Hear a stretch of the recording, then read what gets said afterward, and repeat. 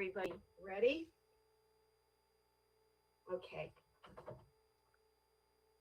Okay, I'm going to call the finance meeting to order at 9:32 a.m. Please call the roll.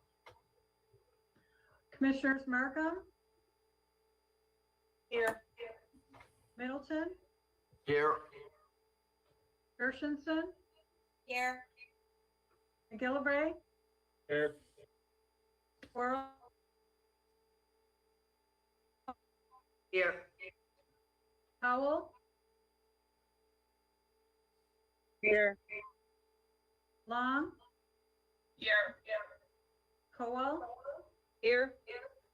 Zach, Here. Madam Chair, we have a quorum. Thank you. We're going to do the Pledge of Allegiance. Pledge allegiance to the flag of the United States of America, to the republic for which it stands, under God, indivisible, with liberty and justice for all.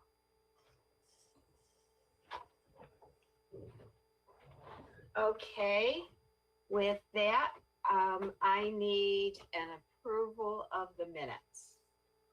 A motion for the minutes. Commissioner Kowal, supported by Commissioner McGillivray. Are there any questions? Seeing none, all those in favor say aye. Aye. Anybody opposed, say nay. Motion carries. With that, I need an approval of the agenda. And I am amending the agenda for this item number 3, which is the Board of Commissioners COVID-19 Public Health Measure, Board of Commissioners Audio Visual Improvements. And I need a motion to approve the amended agenda, please. Commissioner Gershenson, supported by Commissioner Markham. Commissioner Kowal. Thank you, Madam Chair. I have a question. You're saying this is item number 3? Because right now Yeah. I'm looking at the agenda and there's one item under the regular agenda. Am I Well, missing something? On my agenda, technically, the consent is saying 1, and then 2 Oh, is okay. facilities, and 3, it's probably misnumbered a little bit. Okay, but all right, thank you. Thank you. Any other questions or discussion? All those in favor say aye. Aye. Anybody opposed, say nay. Motion carries. Thank you. With that, do we have any public comment? Good morning. Currently, our public comment lines are open and there are no callers and there are no online submissions. Thank you very much, Andrea. You're welcome. I appreciate it. Okay, seeing no comment, I'm going to close public comment.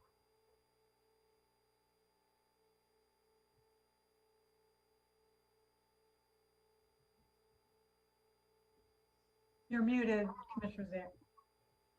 I need a motion to approve the communications report.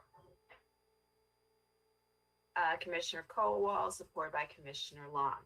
Do we have any questions, comments about anything that is on the communications report? Okay, seeing none. All those in favor say aye. Aye. Anybody opposed, say nay. Motion carries. With that, we are moving on to the consent agenda. Okay, and this is Board of Commissioners Tri-Party Road Report to Board Improvement Program Fiscal Year 2020 Appropriation City of Southville. It's a resurfacing of 12 Mile from Telegraph Road to Lasher Road. I need a motion for the consent agenda. Commissioner Quarles, supported by Commissioner Markham. And anybody have any discussion, comments, questions? Seeing none, Call the roll, please. Okay, on item number 1, Commissioners Markham, Yes. Middleton, Yes. Gershenson, Yes. McGillivray, Yes. Quarles, Yes. Howell, Yes. Long, Yes. Cowell, Yes. Zach. Yes. Motion carried unanimously, 9 yeas, 0 nays. Thank you. Moving on to item number 2, facilities planning and engineering, health and human services,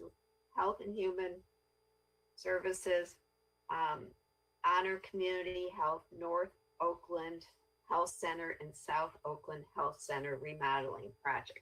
I need a motion, please. Commissioner Gershenson, supported by Commissioner Markham.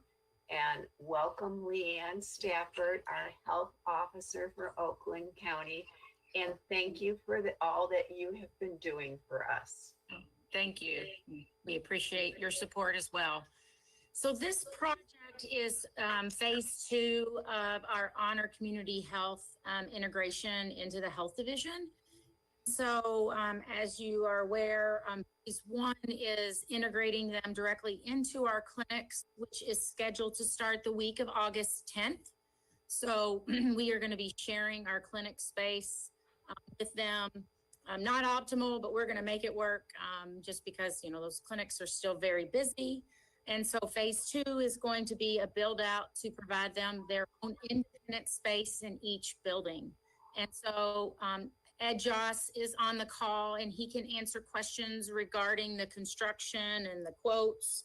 But this is the phase 2 to be able to build out those independent spaces for Honor to have their own clinics. So I don't, Ed wants to add anything else there and I'll turn it over to him. Yeah, good morning. Can everyone hear me okay? Yes. Yeah, I think Leanne, opened that up well, and I'm simply here to answer any questions that you might have about construction and construction cost, contractors, so on and so forth. So if you have any questions, please fire away.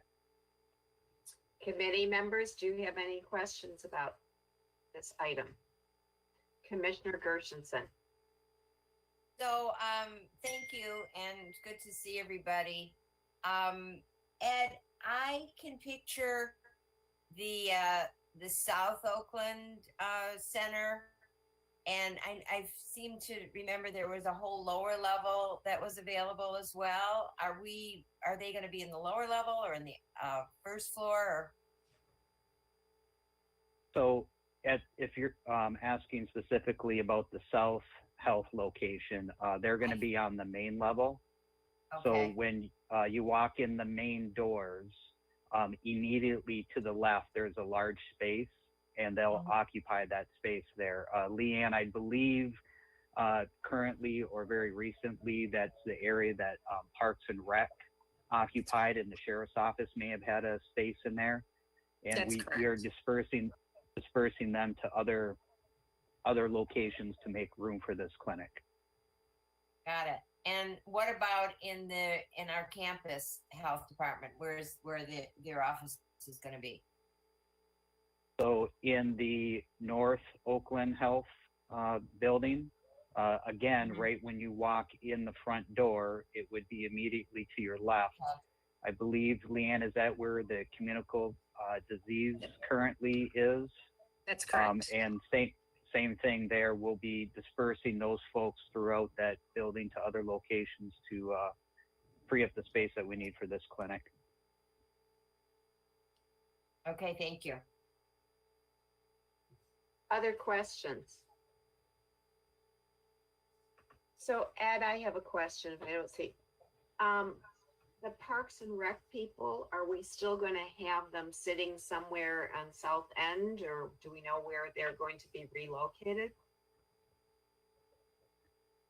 I'm not 100% certain. From what I understand, they are going to They obviously have to be relocated, and I'll have to circle back with you. The last I heard that we were leaving that with Parks and Rec for them to relocate those folks where they Okay. needed them, but whether or not they're actually going to remain in that building, I'm not sure. Unless Leanne happens to know, I will find that out from Parks and Rec and let you know. Yeah, they're And actually also- not going to be, sorry, didn't mean to interrupt. They're not going to be in our building. I'm not exactly sure where they ended up, but I want to say at a space at another park, but I don't know if that was where they finally ended up. I think they had some office space available, so. But yeah, we're going to train our employees to understand some of the programs and where to refer, so that's seamless. And so we're working out some of those details as well, and maybe being able to provide passes and things at our office, and but being able to provide some support with them there too. I appreciate that. And then, Ed, what's the timing when we think we'll be done with, the office space for Honor, that they can move into their own space? What's the projected end date? Great. So we're planning on, I'll give you the end date here, but we're planning on starting mid to the end of October with construction.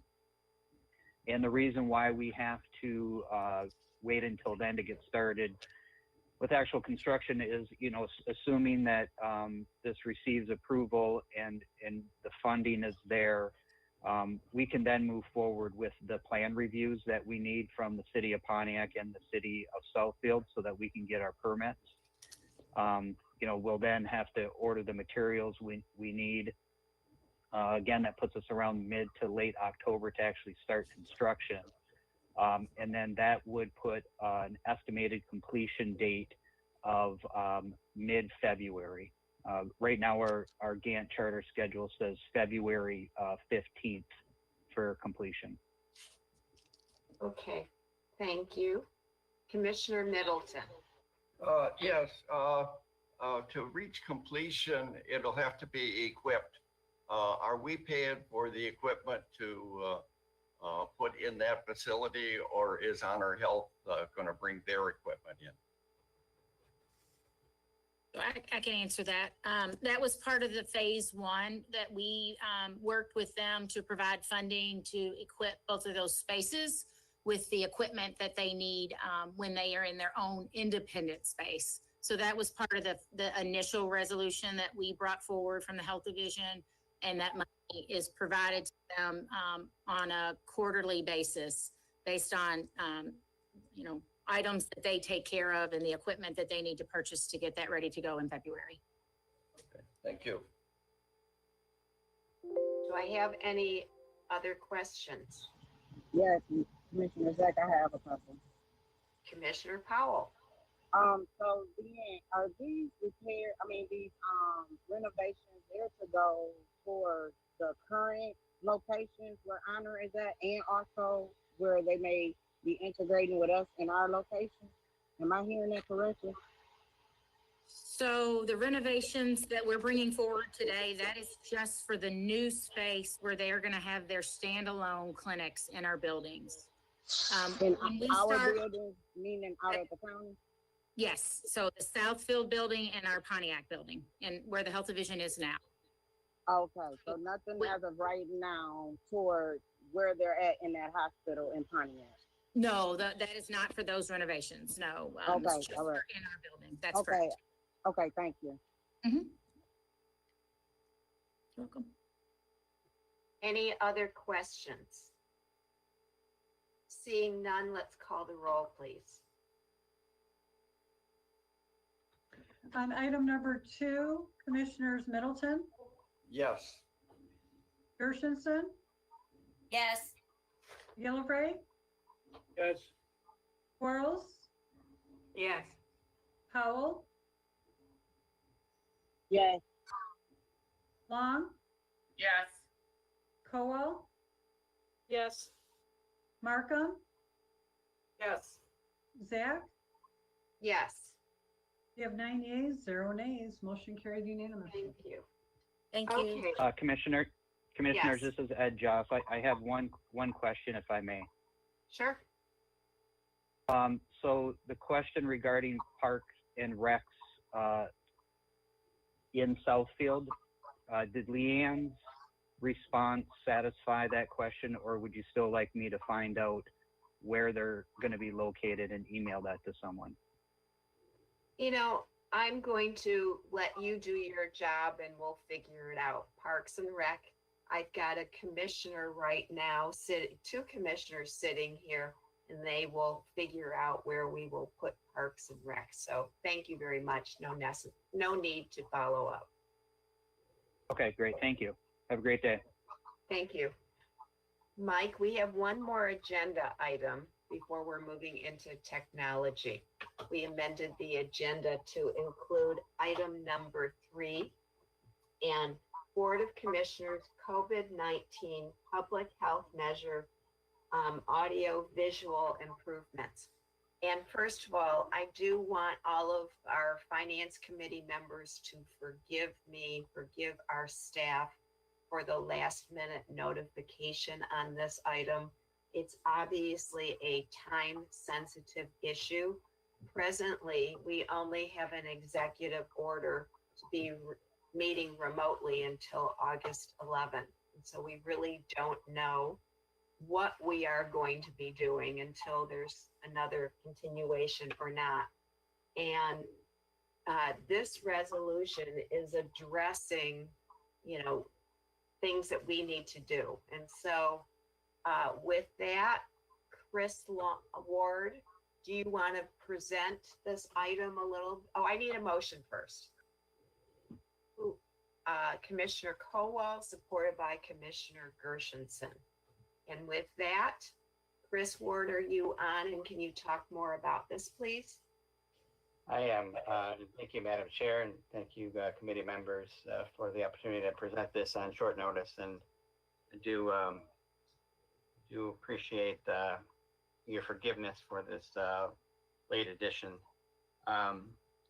This proposal will provide some additional stability to our system. I know all of you have seen and heard all of those challenges that we've had in the last few months as we've been conducting our meetings remotely.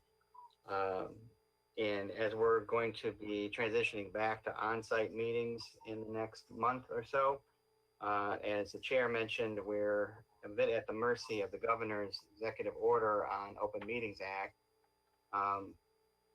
And we're not sure how much longer that's going to be extended. So we've been planning for how do we begin resuming meetings on site.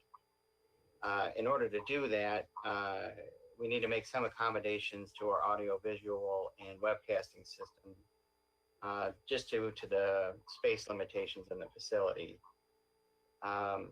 So this proposal would really accommodate, I think, a hybrid of remote participation and on-site participation. On-site participation on the part of the members, and then for the public and the folks that might be participating in terms of testimony and staff. So we're adding some teleconferencing capabilities for people who would be providing testimony, providing proposals to you, PowerPoint presentations. So they may be able to do that remotely.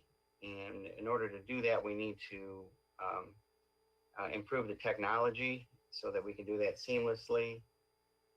And also we will be adding some display screens so that there will be overflow capacity in the committee rooms and the vestibules, etc. In case we have more public, than the board auditorium and the committee rooms will be able to accommodate with social distancing.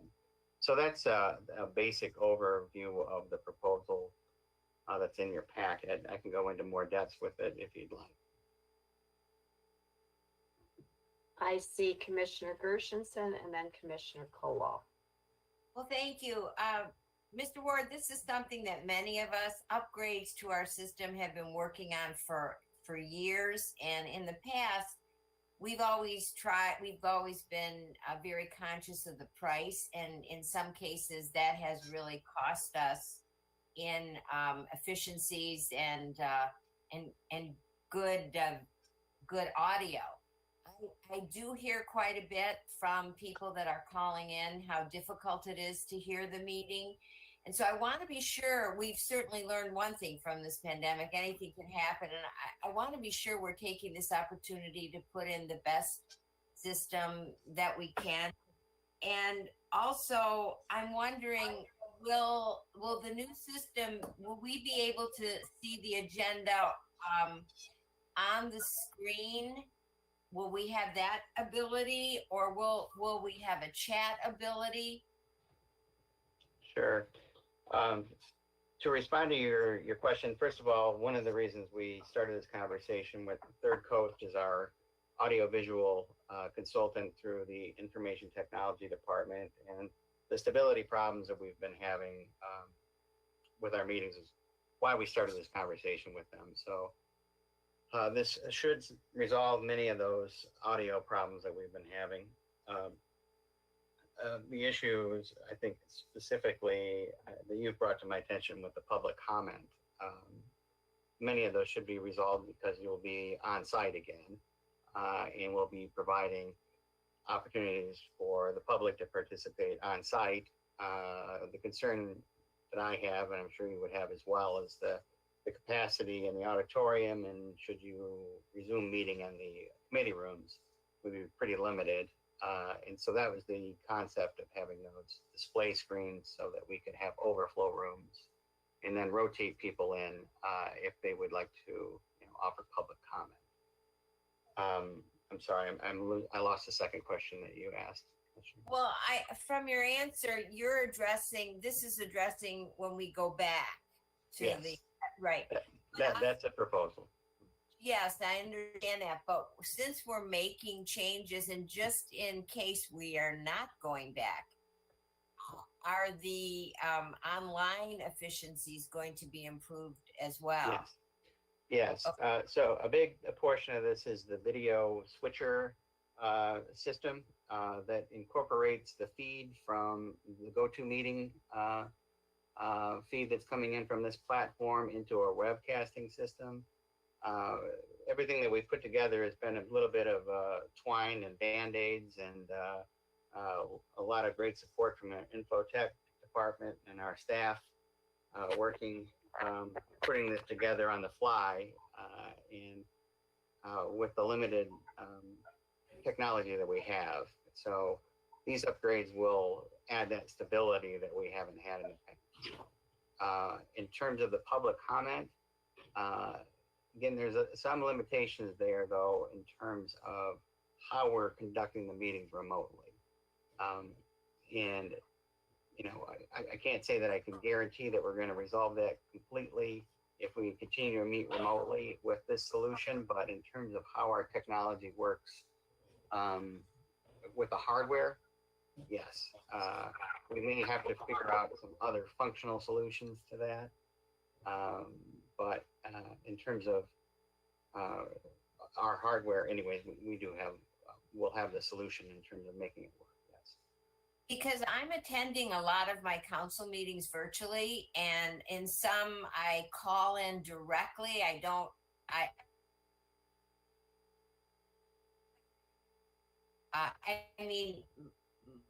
have to go through my phone. I don't know if I'm describing it right. I'm calling in directly to the meeting as opposed to calling in to have Andrea hold up the phone, which I think hurts the clarity of the call. But on others, I'm actually attending, and those aren't GoToMeetings. Those are probably Zoom meetings. And I just want to be sure that we're doing everything to encourage the public, if we do stay virtual, to participate. Yeah. Yes, and maybe I'm not answering this clearly enough. That's really more of a procedure that we put in place. Concern was by providing direct access to public comment, we would be, having some of the problems that other other communities have had with, call it Zoom bombing, where people have come right into the meeting and they've fed in objectionable content right into the meeting. So that's why we had that intermediate step there with Andrea reading public comment or providing teleconference, telephone public comment. So that really isn't an issue of the hardware that's part of this proposal. It's an issue of process. And if we can find a better solution, and if you've got something you would like to share with me from another community that you're working with, that they've found a good solution, I'd be happy to take a look at that. I just, again, I just have some concern that we don't have interruptions of your meeting with objectionable content, that's all. I understand that. And I guess the last part of my question was, will we be able to have the agendas posted if we're virtual? In terms of agendas posted in a timely manner? On the same screen, so that On we're the same screen. so many different computers. I mean, I'm using Sure. 2 or 3 for each meeting, 2 or 3 devices. So that is not part of this proposal. This proposal is really geared towards getting you back on site. That is a bit of a limitation of this platform that we're using, this GoToMeeting platform. If that is something you'd like us to take a look at, we may have to look at other platforms if we continue to meet remotely. So we've set that as a goal. Thank you. You. Do I have Commissioner Kowal next. Thank you, Madam Chair. Yeah, just a couple of things. I wanted to thank Chris and all the staff and IT for actually making this possible for us to meet remotely like this. We all kind of tend to want to crab about it, and we're getting used to it, but it's been a bit of a learning process for all of us, and you guys have really done a great job of stepping up to the challenges, and I certainly do appreciate that, while wondering at the same time, gosh, if we didn't have this means of meeting, what would we do in a time like this? I don't know how we would possibly do business and keep going forward. So having said that, Commissioner Gershenson expressed some of my issues that I've been a bit concerned that at these meetings, there's like rarely, if ever, any public comment.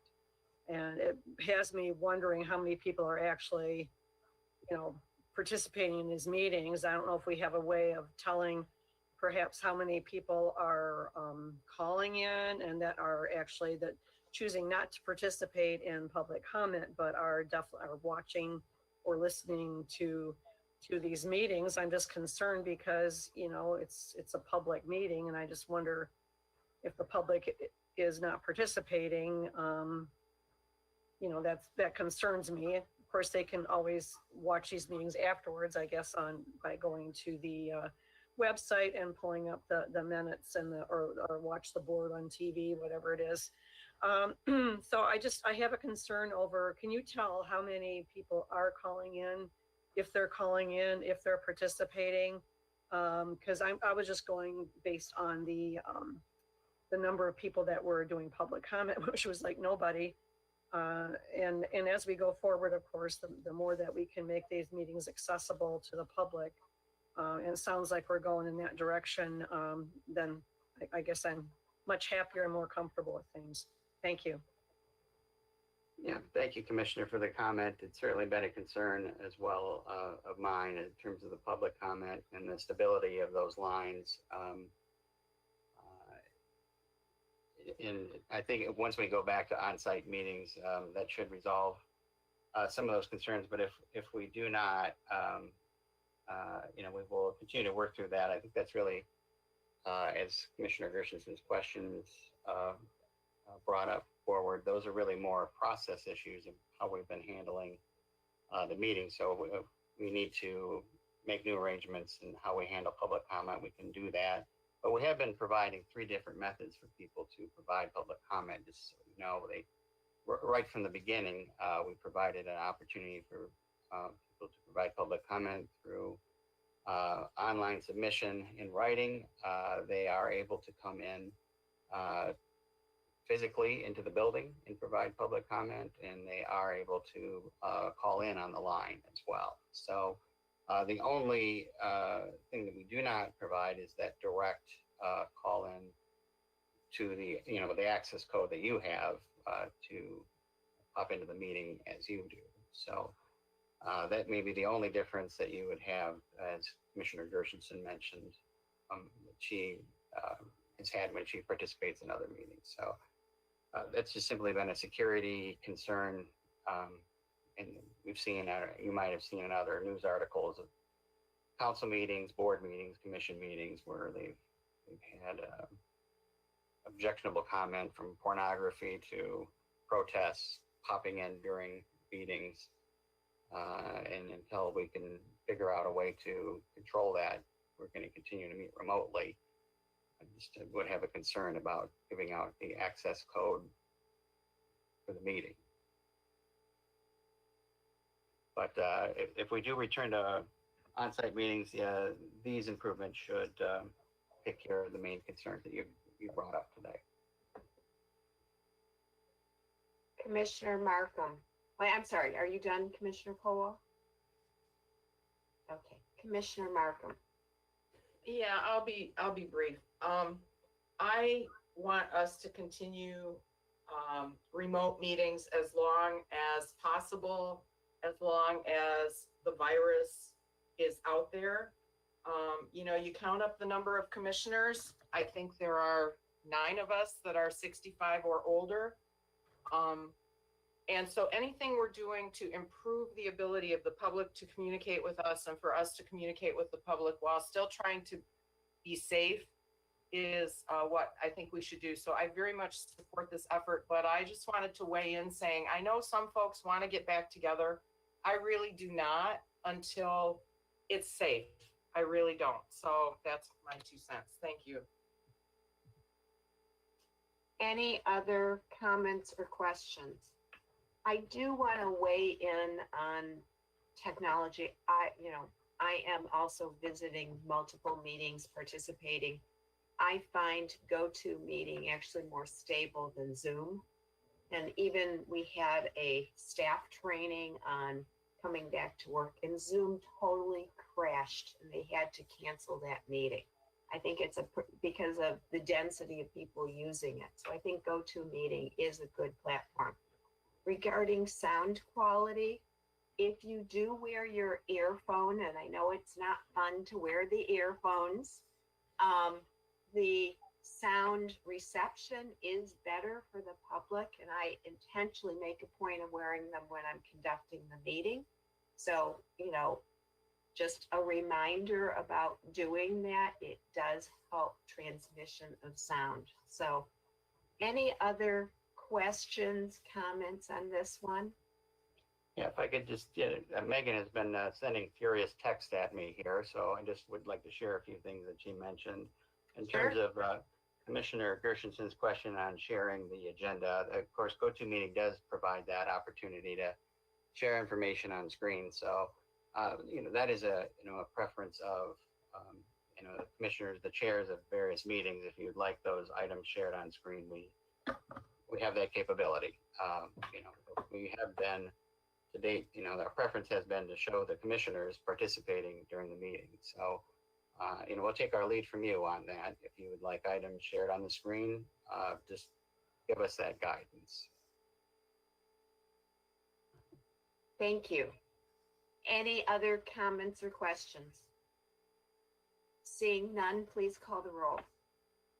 On item number 3, Commissioners Gershenson, Yes. McGillivray, Yes. Quarles, Yes. Howell, Yes. Long, Yes. Colwell, Yes. Markham, Yes. Middleton, Yes. Zach, Yes. 9 yeas, 0 nays. Motion carried unanimously. Thank you. That concludes our official finance agenda, but now we are moving into budget hearings. And first up today is information technology. And I want to welcome Mike Tim, our head of our department, for budget hearings. And Good morning, Commissioners. Can you hear me? good morning. You want to start off, Mike, with any overview of what you want us to know, or we can ask Yes. questions? Yes. First of all, I want to obviously thank our fiscal team, the supports IT, Monica Tinsley, Ed Mullen, Sean Phelps, and Holly Conforti, and of course, Lynn Sonkas. Obviously, they are a big part of all of these meetings, but specifically supporting IT for this particular one. I also want to thank and introduce the leadership team of IT, Jeanette McKenna, who's our internal service manager, TJ Fields, who's our chief information security officer, EJ Wyden, who is our enterprise architect, Jeff Neesmith, the manager of our Clemis team, and Tammy Shepard, the manager of our application team. They've joined us on the call today as well. And again, they're the kind of the heart and soul of putting this budget together and managing it throughout the course of the year. So a brief overview of the IT budget in total. It is made up of 5 proprietary funds that are separately highlighted in the budget book. The largest of those is the IT fund. There's also a separate fund for telephone, and then 3 funds that are related to law enforcement, the Clemis Fund, the FRMS, which is Fire Records, and the Radio Fund. Together, they represent almost $75 million in operating budget. Approximately 23 million, or about a third of that, is Clemis, Fire Records, and Radio. And they are very special in that they support law enforcement and public safety, but they are also funded primarily, not exclusively, but primarily outside of the county through fees that are collected for Clemis, as well as the 911 surcharge that we pay for through our telephone providers. That surcharge is the primary funding of the Radio Fund. So the IT fund in particular is $48 million. And it is the core infrastructure network, our data centers, and over 200 applications that serve 82 county divisions and websites for the general public.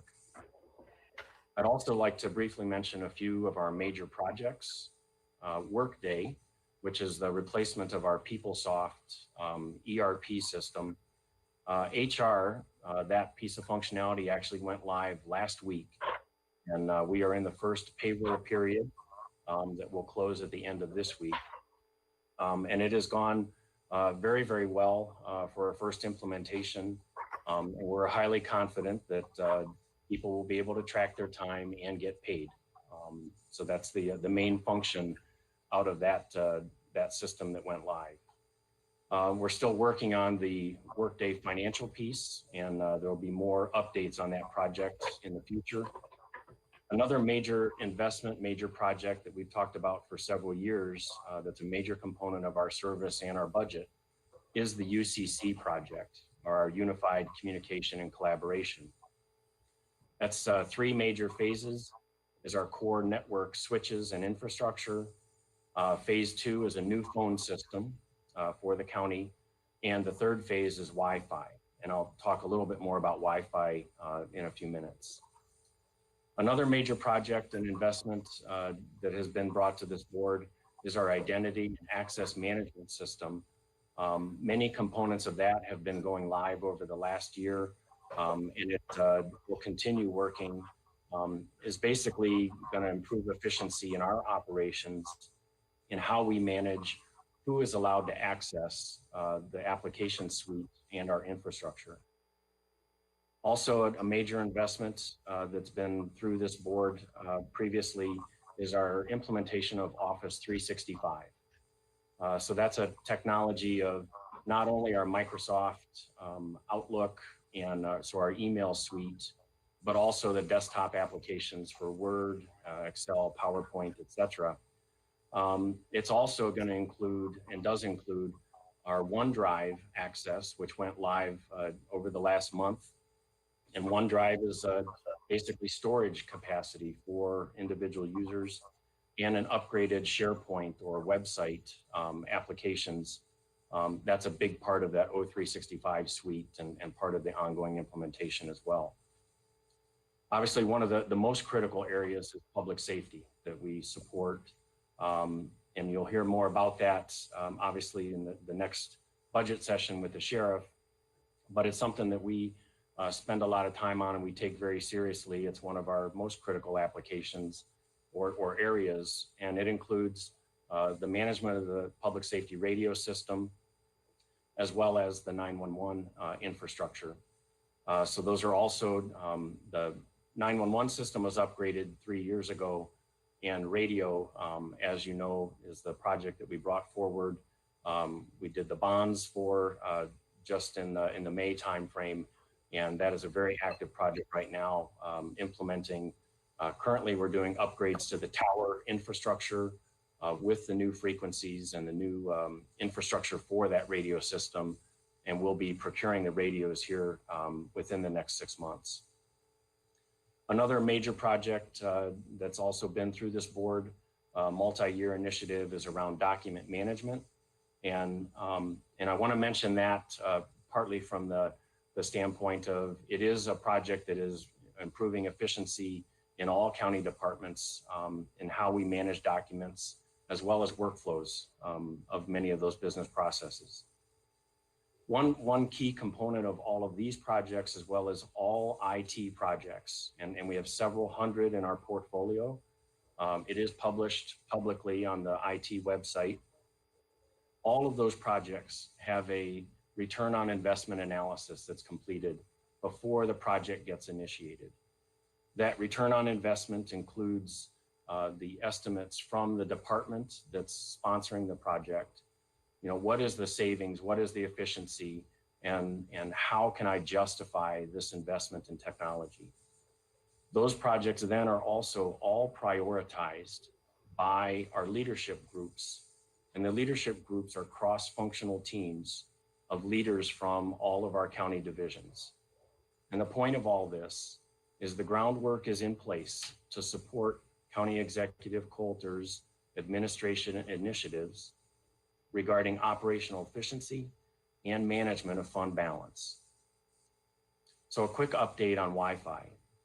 I reviewed this week the engineering and project estimates for the first phase of Wi-Fi, which will include the circuit and district courts. And we will be bringing that project to you in the next month or so. So that will also be a multi-phase project. We have, you know, as you're aware, over 40 buildings on campus, and not all of them will need the same level of coverage, but we have initiated that first set of surveys to make sure that we have the right level of coverage and infrastructure to support both public as well as a secure private employee Wi-Fi. One last note about planning, preparation, and investment, a big part of our IT process. Our ability to support a remote county workforce almost instantaneously is due to four main components. First, our investment in software as a service and the cloud. This enabled a large segment of county employees to access their work from anywhere. Second were the upgrades and investments in our network and application architecture for many business functions that allow remote access. Third was our ability to deploy remote access software to over 1,000 PC users that needed it in less than 2 weeks.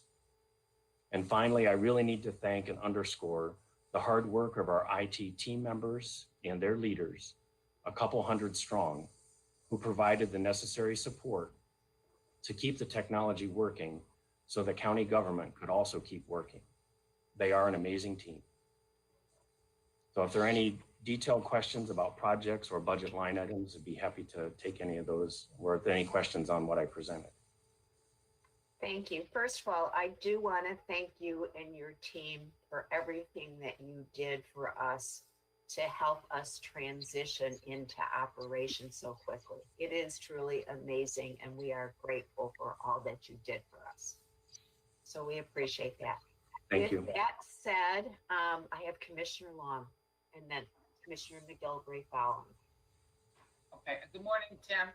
So you Good touched morning. on the word fund balance, planned use of fund balance. So one of your departments, in lack of another word, under IT, you use fund balance to balance the budget.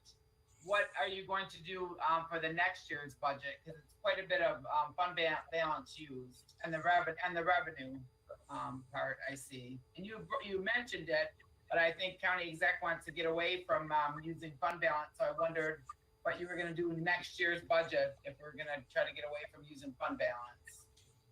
Right. So the main use of fund balance in IT is to cover investments in new projects. And that is still in line with the direction, the conversations that I've had with Deputy Executive Sean Carlson. So they are major investments, they're major initiatives, major projects that we are making those investments in, and that's the primary use of fund balance. So you would be able to keep using fund balance. That would be able to be used next year also then for the projects. Yes. So Okay. the major initiative is to bring those major investments, those big projects forward, and to bring an ROI with those projects to ensure that those are investments that are going to have some sort of benefit back to the county.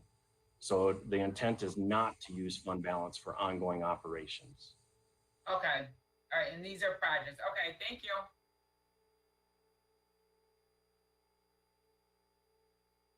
Next up, Commissioner McGilvery. Thank you, Madam Chairperson. Mike, I have a question. With this COVID situation, we've had a lot of people doing work remotely from home. Can you give me a percentage of all of your staff? How many people are currently working remotely? Of the IT staff? Yes. Yeah, so we're about 90% on an average day that are working remotely. IT has, because we do IT for a living, it's something that we're fairly comfortable doing. We do rotate some folks in and out of our building, but our building is generally closed to visitors at this point. And we rotate folks in. We have a couple teams. Our operations center is staffed 24/7. Our workstation team that provides kind of the hands-on support for a desktop, if a piece of hardware needs to be replaced, they are rotating in small groups so that we don't have everybody in at once. But they need to be, some of them need to be present. We can do some of that remote as well. And every once in a while, if we have a piece of equipment that breaks, a server or storage switch in our data center, then we have to have someone come in and we'll escort a vendor to come in where appropriate to provide that support as well.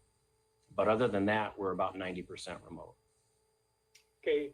Once this COVID situation is over and that vaccine, the miracle drug comes out, what do you anticipate as far as, will 50% of your group work remotely still, or what do you see? So IT has actually had a program in place for several years that has allowed for remote work. We've never done it to this level, this extent, for this time frame, or this volume. So we've been doing this for a number of years. What I would like to do is to continue to provide, that flexibility for our team members where it helps them. But I think we all realize as well that there are certain things that, especially cross collaboration, we have so many disciplines, technical disciplines, that need to work together to solve a technical problem. sometimes that's easier to do in front of a whiteboard or in a conference room where everybody can kind of dialogue. As Commissioner Gershenson mentioned earlier, having the agenda up on the screen, sometimes we need multiple assets available to us. And, frankly, I think some of us need a little bit of people contact every once in a while as well. So I don't think that we'll go to, full-time forever. Everybody is off-site. Some things are still done better when we're collaborating in person. Okay, thank you. Commissioner Colwell. Thank you, Madam Chair, and thank you to the IT team, like Tim and everybody else, for what you've been doing to keep us in business. But I guess my question is more of a generalized question, and it has to do not just with this particular your 5 funds. It's just in general, and this is coming from a state perspective that being in the state legislature, everybody wants to criticize the state of Michigan and our woefully lacking IT services that we have. We're way behind on everything. But I think a part of that was due to the fact that I guess the internal service costs were not always aligned with the revenues that were coming in. And they were always constantly in a deficit situation and covered by other means. So they fell woefully behind. I just want to know that going forward, because, and this is an overarching question, just in general, doing the budget, that we have a lot of challenges. We don't know really. I think we're budgeting right now a bit optimistically as to the revenues that are going to be coming in. But as we move forward, I want to know that that the internal service costs are also aligned with the revenues that each department that you're servicing has available for these costs. So I'm just kind of putting that out there. It's something I'm going to be keeping an eye on. Thank you. And yes, I would say that is, top 3 of priorities that I have and our leadership team has, is managing that ongoing operating expense and making sure, I think it comes back to ensuring that when we do a major project, when we make major investments, when we do upgrades, that we do everything we can to make sure that there is a return on that investment. And sometimes, I think we need to continue to keep that focus because IT is very expensive. It is very complex. And frankly, it can be easy for a technologist to get enamored with technology and, to spend more than is necessary. I don't believe that's ever been the case at Oakland County. I would throw Wi-Fi out there as an example. Some people will cringe that I'm bringing it up, but that's an example where, our workforce and the demand that we had for Wi-Fi until recently, didn't really warrant the investment, and it is a major investment. So that's an example where we have held back on making the investment, implementing that technology. And it's been painful, for certain constituents, obviously, that we don't have, a great Wi-Fi availability. But I wholeheartedly agree with you, Commissioner. That has got to be one of our top priorities to manage that operational cost. And, there are things we can do and we'll continue to explore with our vendor community, as well as with our employees and with our departments. And in the conversations that I've had over the last several months with Deputy Executive Carlson, that is obviously one of his top priorities as well, both from an M&B standpoint, the management and budget, as well as managing the IT department. So we agree with you. Are you done, Commissioner Colwell? Thank you, Madam Chair. Yes, I am. Thanks. Thank you. Other questions? Commissioner Markham. Thank you, Madam Chair. Thank you, Mr. Tim, and all of your staff. You really are an amazing organization. You have managed to keep us operating really very smoothly through this process. And it's very important that we could do that. And you're a big part of why Oakland County was able to be on top of everything we were trying to do. And I really appreciate that. That being said, I'm going to ask you some questions. Sort of on the same theme as Commissioner Kowal was going down. You know, when I look at your personnel, you've grown by 12 people since 2016, and you are supporting internal and external organizations with IT.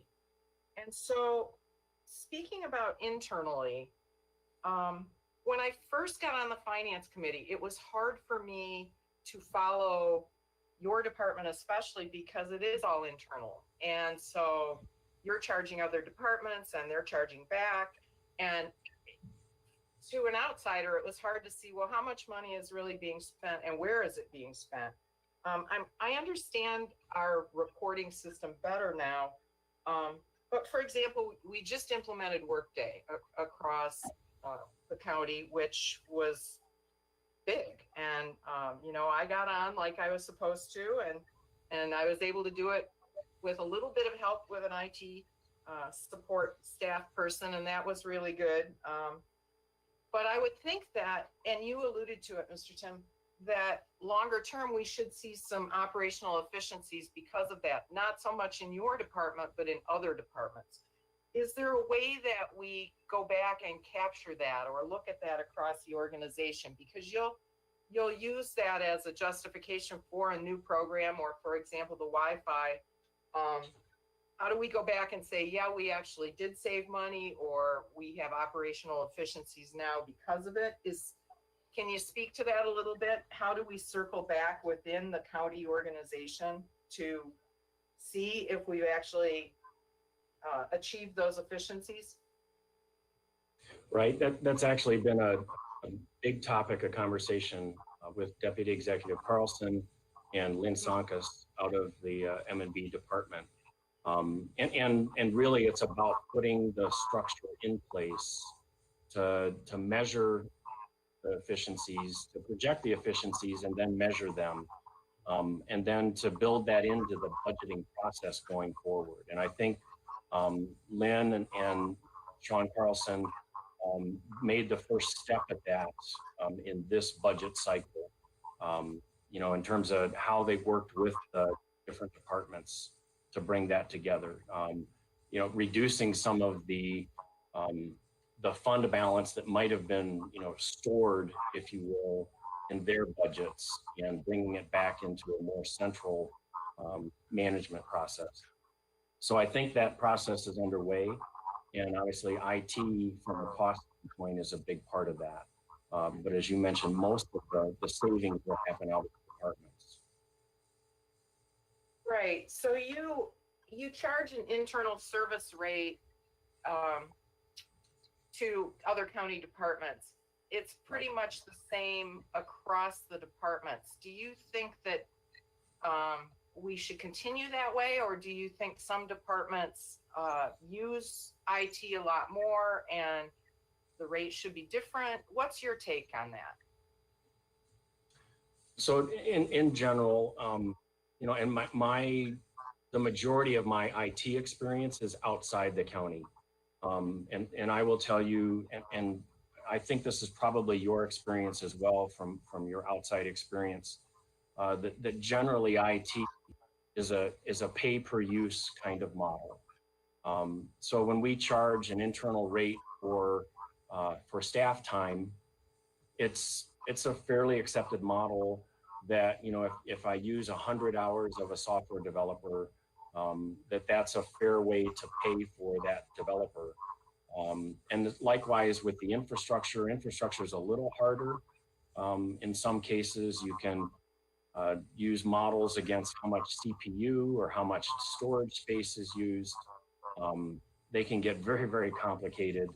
And I think there's got to be a balance between overcomplicated, because you can have to hire people just to manage the accounting versus making sure that the rate system is equitable. There does have to be a balance. And that was one of the items that was mentioned in Executive Coulter's budget message, was that through this year in 2021, that we absolutely need to make sure that the rate system that we have in place is fair and equitable, and that it does recover the IT costs. Okay. My third question relates to the outside services like Clemis and these other funds where we support outside organizations. Do we have a way by which we are recognizing whether we're actually making money, breaking even, or losing money on these operations going forward? They're big pieces of what we do. And, you know, is it a profit center or is it a loser? You know, do you measure that? We do, and that's part of why they are actually managed as separate funds. Clemis has its own budget and own resources, as does the radio fund, if you will, has resources that are assigned to it, both personnel as well as the technology. The radio system in general is primarily funded by the 911 surcharge. It has also some fees that come in from outside users, but it's primarily state funded. So if state funding and or the 911 fund change their model, that project, that fund would have to readjust where it gets its revenue. So that's one, but at the moment it's generally a break-even proposition. The Clemis fund is also, when Clemis was first developed and brought kind of into being, and this is decades ago, there was a decision and a strategy that from a law enforcement perspective, it was a good investment for the county, as well as Southeastern Michigan and law enforcement in general, that we share some assets and we share some of these resources. So there is general fund sources of funds that come in for Clemis that benefits the county, and it's seen as an advantage and a benefit for not just the county operations, but the CVTs. Having said that, the CVTs do pay fees for their use, for the number of officers, for the number of fire professionals they have. And then the rates for outside of the county are actually higher than the rates are for in-county agencies for Clemis support. So that is also generally a break-even proposition. And one of the things that we to look at is whether the rates are appropriate for the Clemis services. That is one of the first questions that Sean Carlson asked us when he arrived, and that'll be part of the rate study that we look at this year. Okay, thank you. I really appreciate the educational aspect of these budget hearings and giving us an opportunity to ask the questions of the departments. It may seem like our questions are, mine especially, are novice or whatever, but I do appreciate, I learned from this, and I appreciate all of you coming here and taking the time to fill us in. Thank you, Madam Chair. I'm finished. Do I have some other questions from the committee? I have some questions then. Okay, so we had an increase of 2.4 million in contractual services this budget.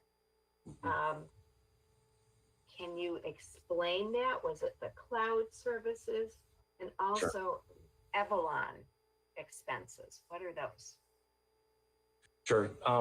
So one of the things that happens with major projects in the current financial structure is quite often, and the fiscal team comes with IT, and actually this happens with other projects as well.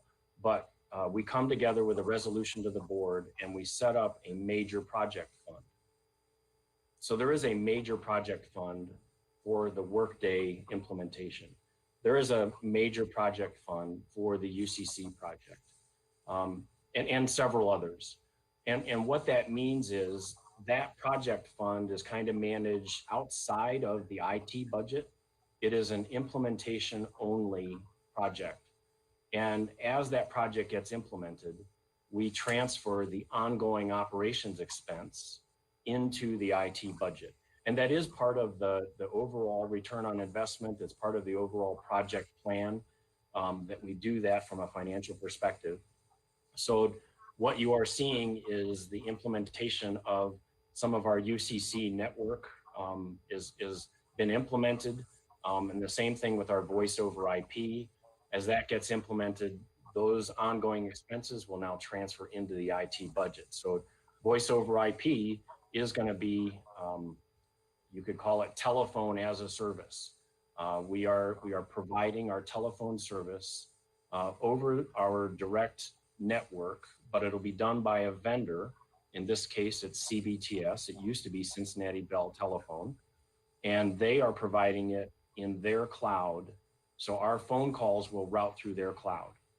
And that is a service. It's a contractual service that shows up as an operating expense in our budget. So the Workday software licenses, our voice over IP telephone, those are two very significant projects that are affecting our contracted services this year's budget. So the second question you had was Elevon. Elevon is our credit card processor. So in our G2G cloud solution space, which is how we provide online payments. And this was another area that was a huge win, I believe, as we went to a remote work and we closed the buildings to the public. We tried to push transactions out to our website and to do those transactions like order birth certificates or death certificates or marriage licenses or pay court fees. All of those things can be done online through our G2G cloud solutions. And we basically have the front end. We have, what you might call the shopping cart for the transaction that you want to execute. And then we have to send that to a credit card processor or to a payment processor. So Elevon processes our credit card payments. We also use Forte for check processing because we can take electronic checks. So Forte does that. And we also handle PayPal to a smaller extent. So those are all payment methods, but we have to pay those companies to handle those transactions. So our G2G marketplace or cloud solutions transactions run primarily through Elevon as the processor. So it is millions of dollars, and we receive millions more in revenue that comes back to handle those payments. Thank you. That explains that. So the G2G product line, are we seeing, I know we've approved a couple of contracts recently. Does it still make sense for us to be providing services to other government entities? Yeah, that's a great question. I believe it does. First of all, it's a benefit, to Oakland County taxpayers that we are able to do this with our staff and bring some revenue in, essentially to help cover some of these expenses for Oakland County. So everything that we do outside of the county, we are able to do with a minimal amount of investment on our side. Yes, it does take, a little bit of developer time. And as it grows, it will take a little bit more compute infrastructure and storage space and network. But it is, in general, it's a profitable transaction for us to provide. And at the same time, we are doing this for county governments. That gives them a little bit of fee return for them as well. So it really is a win-win situation for the other governments as well, because they're going to pay these expenses if they provide online transactions. They'll pay the expense to a processor. like they pay us, but we provide them with a rebate on the fees that they pay as well. So it becomes an additional sort of for another CVT that is a benefit to them as well. So it's really kind of a shared savings model. Okay, thank you. Do I have any other questions from our committee? Seeing none, thank you so much, the whole team, for coming and for all that you do to take care of all of us throughout Oakland County. So thank you for taking your time. You're quite welcome. Thank you very much, commissioners. Have a great day. Thank you. You too. Okay, so we're a little ahead of schedule, but I don't know if we have the sheriff's department, whether you are on or not, whether you are ready to go for budget.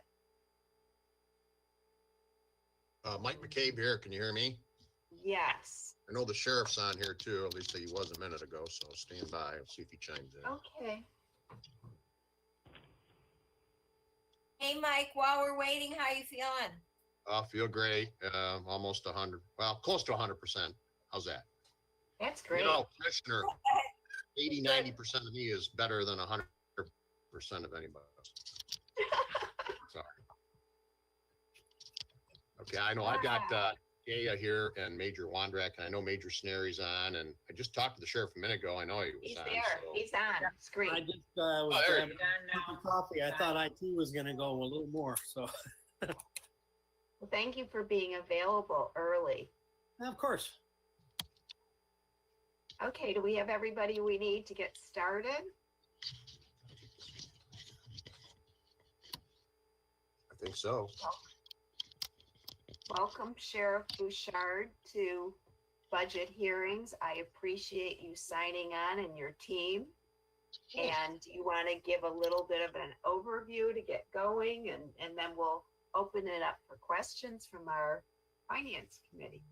Sure. Well, thank you, Madam Chair and fellow commissioners, for the opportunity to chat with you, and thank you too for your continued support of the sheriff's office and our men and women on the front lines. It's been a challenging time, obviously, with COVID and a host of other things, and because of the support of the commission and the executive, current and past, law enforcement in Oakland County has felt that wind beneath our wings as we face these different challenges, and it's very much appreciated. Our budget reflects a continuation of the things that we've been trying to do to move us forward, both as a profession and as an organization.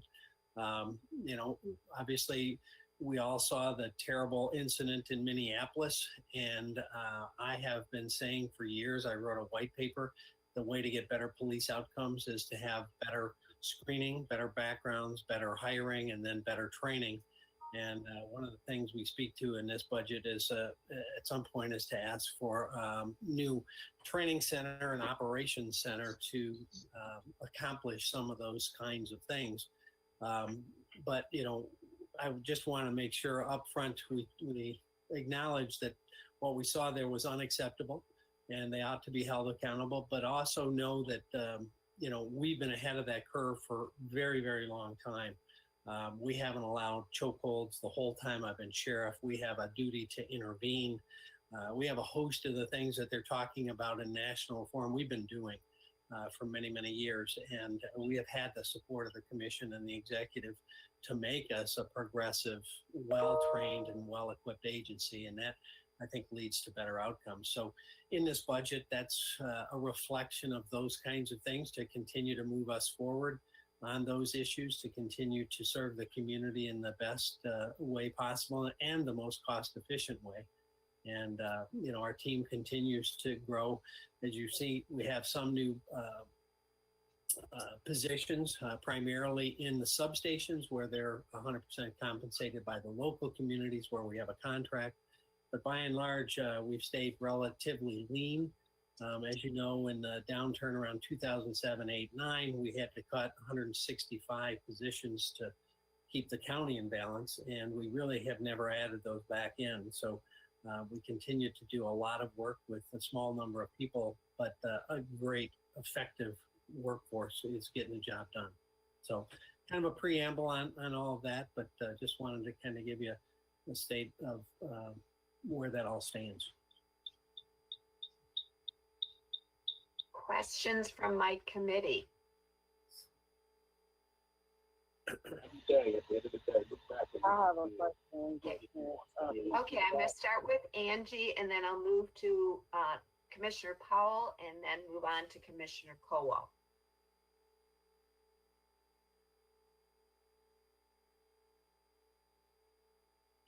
Hi, Sheriff. Thanks for taking the time today, and the Sheriff staff. I just had a quick question. With the incident that happened a couple months ago, have you all tried to do any new hiring practices as far as hiring minority officers? I just want to know, where are we at with that, and how has that been coming along? Yeah, I was just looking for the number. Right now, we have actually 63 vacancies. So anybody that's on this call or is listening, please help us recruit. We've been actively recruiting. We love to have more minorities. We've done better, quite frankly, compared against the rest of the county departments, but that's not our benchmark. We want to continue to attract more women and minorities, people of all walks of life, to represent the diverse community we police. But it's a challenge, not just in the minority community, anywhere. We had 7 people in the final phases of hiring about 2 weeks ago that decided to drop out. They no longer want to come into law enforcement as a career. Going forward, that's going to be increasingly a challenge for law enforcement in America. The added weight or pressure, if you will, of the times. Plus, law enforcement used to be one where you'd get a pension at the end of the road. The pensions aren't in place anymore. So, they don't get the benefits that they once had. Obviously, they don't come for the hours or the pay. So you have to find men and women that want to make a difference.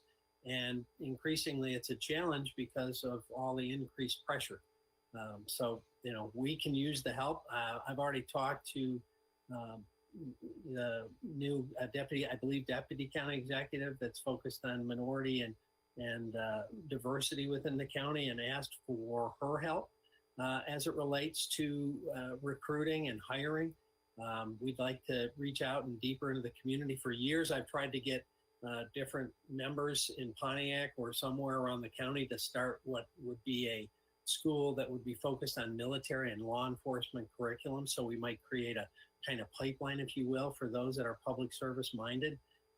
Haven't got anybody to bite, but I think collectively as a society, we're going to put our head together and figure out how we can get more men and women of character and quality that want to come into this profession for the right reasons. And, we're all ears and love to have the help, but it's a challenge. As I said, right now we have 63 vacancies, and that affects us both in terms of overtime, but also in terms of our ability to, meet all the demands.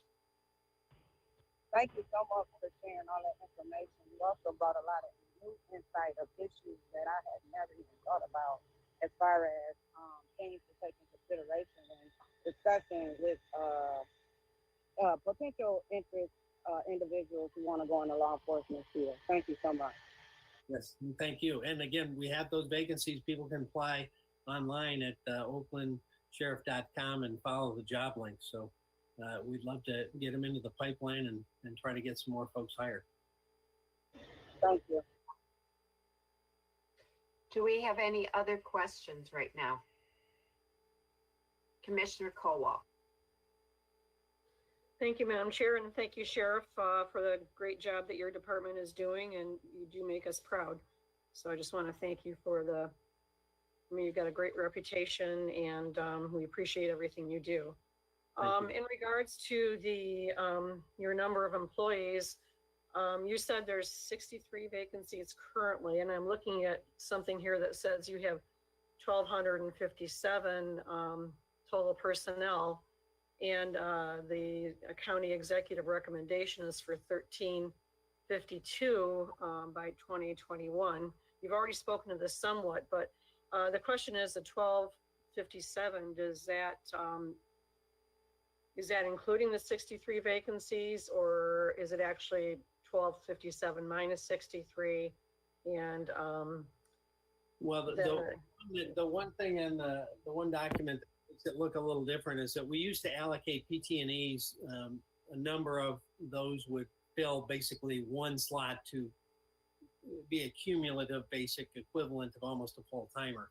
Now, under the new processes and software, you have to break those out individually. So it kind of artificially looks like all of a sudden we have a bunch of new employees when it's the same number of PT&Es, but now they're broken out individually, if that makes sense. So the 63 vacancies that we're talking about are full-time vacancies that are open from our existing status. Am I saying that correctly, Gail? Yes, here's the breakdown. Yeah, come on up here, Gaz. Yeah, Gaz here, and exactly, it's because of the workday conversion. As the sheriff stated, we used to fill one vacancy with 5 part-time deputies. Maybe they'd all work 200 hours. It varies. We work, in these positions that we have to fill for the part-timers in the courts and other places where they do the security. We used to fill those with one position, 1,000 hours. You could have 3, 4, 5 people in that position. With Workday, we were required to create a position for each and every part-time employee. And I'll let Gaia take it from there. So we actually took a resolution to the board earlier this year, and that resulted in a net, let's see here. So we deleted 72 positions and created 155 positions with that. On the chart that you're looking at in the budget book, we have 95 total new positions. A handful of those were also for Oxford, Independence, Addison, Commerce, and Pontiac, where we added new contracted positions. So that makes up the whole total, but the majority of it were the part-time, just the part-time positions for the Workday project. okay, thank you very much. Are you okay? Are there other questions? So how has COVID impacted your department? In a huge way. As a matter of fact, I've got some notes on all the different things we're doing. Obviously, you're more important. PPE, obviously, the strain to get and distribute PPE for our folks at all the forward-leaning positions and certainly in corrections as well. All of the different sanitations efforts that we've had to undertake, we were able to go through and use PermaSafe on every single patrol and transport vehicle, the different vehicles in our fleet. That is to kill germs, and then it remains in place and helps keep a sanitary work environment, because obviously in our profession, we have a lot of people using the same vehicles. And so you have to figure out a way to clean them and do all you can to protect them in that environment. We sanitation lights, both small and large scale, for room cleaning. COVID testing, we've been, heavily and deeply involved in that. Obviously, one of the challenges that we faced is we had employees in the onset of this testing positive, and so we had to come up with a process so that those that tested positive could be quarantined away from not only work, but from their family. And then other folks that were not positive, but were symptomatic, how they would be quarantined. And then finally, a group of people that maybe had people at risk at home and still wanted to continue to work at the peak of this pandemic, but didn't want to bring that risk home. And so working with the county and with the EOC and Homeland Security, we were able to get some rooms and put our folks up so that they could continue to be quarantined or come to work as the case may be. So, there's been so many balls that have been juggled. And then obviously the impact on staffing, we had developed plans to go to 12-hour shifts if it got challenging, both by terms of how many people we had that were still available to be online and what kinds of issues we were facing. Thankfully, we've never had to move to the 12-hour. Overtime's been an issue in some areas, because when we had people that were off that were specific skill sets, we had to fill those. But by and large, we've been pretty good plugging through that. Obviously, you all know about the hazard pay. You put that in place.